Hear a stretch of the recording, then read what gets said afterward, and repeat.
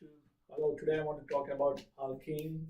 And alkene means is carbon attached with two double bonds. So here is carbon. We have two carbons, so carbon attached with two double bonds. So this is called alkene. Sometimes it attached. Sometimes we see two double bonds all more also. So if it has two, it's called diene. If it's three, it's called triene. So this one is two, so it's called ethylene. Or IUPAC name is ethene also. This one has like three carbon, one, two, three carbon. So this is called propylene or propane also. And this one has like four carbons, like one, two, three, four. So this one calls butene, and it called two butene because the double bond attached with the second carbon, so it's called two butene. And both CH3 is on one side, so it's called cis-2-butene. So on butenes we have like two. We can make butene two ways. It's cis-2-butene and trans-2-butene. Trans because it's opposite side. Methyl is both on opposite side, so it's called trans-2-butene. And it always has 120 bond angle and one pi bond.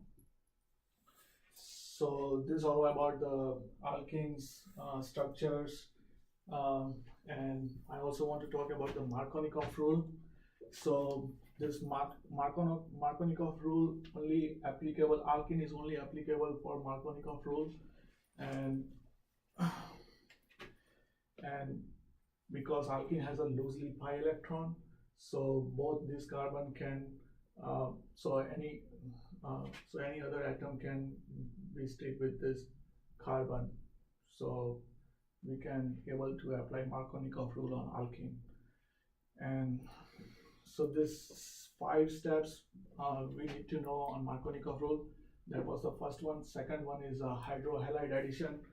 So we add halogen group, halogen group with the alkene, and get the product. So Hi is a more reactive than HBr and then HCl, but we generally use HBr because on anti-Markovnikov rule it only we use only HBr on anti-Markovnikov rule. So that's why we generally use HBr on this Markovnikov rule.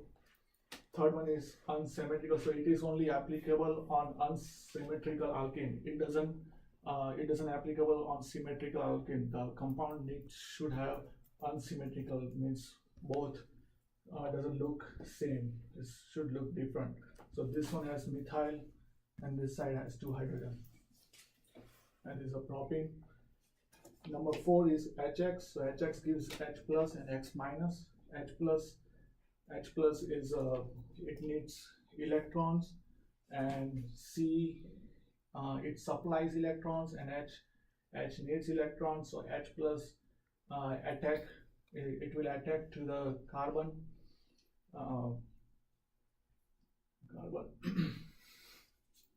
It will attack to the carbon.